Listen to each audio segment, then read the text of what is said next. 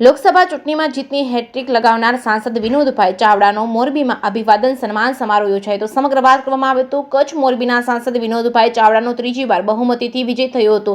તેમાં મોરબીમાં વધુ લીડ મેળવી હતી, જેને લઈને આજે અભિવાદન સમારોહ તથા કાર્યકર્તાઓનો આભાર દર્શન કાર્યક્રમ સનાળા રોડે આવેલા સ્કાય મોલ ખાતે યોજાયો હતો, જેમાં ધારાસભ્ય કાંતિભાઈ અમૃતિયા સહિતના ભાજપના અગ્રણીઓ અને મોટી સંખ્યામાં કાર્યકર્તાઓ હાજર રહ્યા હતા। આ બાબતે વાત કરીએ તો તાજેતરમાં જ લોકસભાની ચૂંટણીનું પરિણામ જાહેર થયું છે, જેમાં કચ્છ મોરબી બેઠક પરથી સતત ત્રીજી વખત સાંસદ તરીકે વિનોદભાઈ ચાવડા વિજેતા બન્યા છે। ત્યારે લોકસભાની કચ્છ અને મોરબી બેઠકમાં આવતી 7 વિધાનસભા પૈકી સૌથી વધુ લીડ મોરબી માળિયા વિધાનસભા બેઠકમાં મળી છે, જેથી સવારે 11 કલાકે મોરબીના સનાળા રોડ પર આવેલા સ્કાય મોલ ખાતે વિનોદભાઈ ચાવડાનો અભિવાદન સન્માન સમારોહ તથા કાર્યકર્તાઓનો આભાર દર્શનનો કાર્યક્રમ યોજાયો હતો, જેમાં સાંસદ વિનોદભાઈ ચાવડા ઉપરાંત ધારાસભ્ય કાંતિભાઈ અમૃતિયા, મોરબી જિલ્લા ભાજપના પ્રમુખ તેમજ મોરબી શહેર ભાજપના પ્રમુખ સહિતના ભાજપના હોદ્દેદારો, અગ્રણીઓ, કાર્યકર્તાઓ મોટી સંખ્યામાં હાજર રહ્યા હતા। જેકે ન્યૂઝ ગુજરાતી સાથે શ્રીકાંત પટેલ, મોરબી।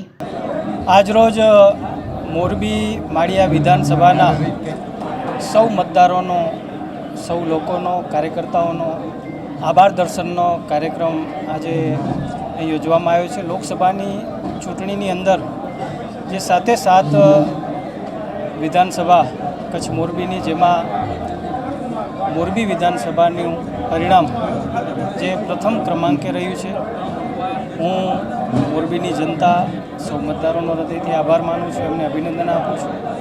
અમારા પાર્ટીના સૌ આગેવાનો, અમારા કાર્યકર્તાઓ, અમારા ધારાસભ્યશ્રીઓ, અમારા ચૂંટાયેલા સૌ પ્રતિનિધિઓ, જેમણે સંકલન કરીને, સાથે મળી કરીને છેલ્લા 2-2.5 મહિનાથી સતત મહેનત કરી છે, એમને પણ હું અભિનંદન આપું છું। આવનાર સમયમાં મોરબી જિલ્લાનો વિકાસ, મોરબી શહેરનો વિકાસ કેન્દ્ર સરકાર અને રાજ્ય સરકારના માધ્યમથી સાથે રાખી કરીને અમે આગળ વધારવાના છીએ।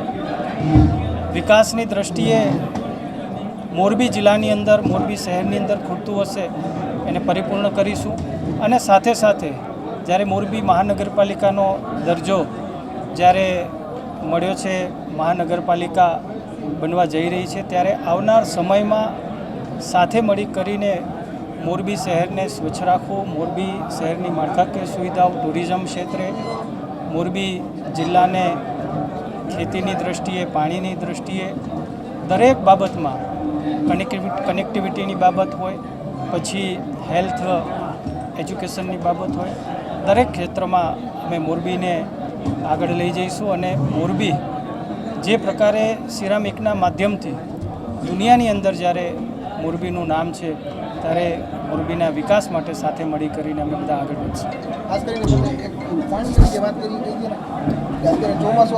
સતત માળિયાનો જે પાણીના કે અન્ય બાબતના જે પ્રશ્નો રહેતા હોય છે, અમારા ધારાસભ્ય શ્રી કાંતિભાઈ અમૃતિયા સતત કાર્યશીલ રહી કરી અને સરકાર સાથે સંકલન કરીને ખૂટતું પરિપૂર્ણ કરે છે।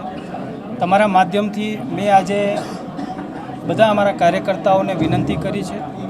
હું સૌ ખેડૂતો અને સૌ લોકોને પણ અપીલ કરું છું કે આપણને નર્મદાનું અને મચ્છુનું બંને પાણી તો આપણને મળશે, પણ સાથે સાથે વરસાદી પાણીના આપણે કઈ રીતે સંગ્રહ કરીએ એની એક ડિઝાઇન બનાવીએ।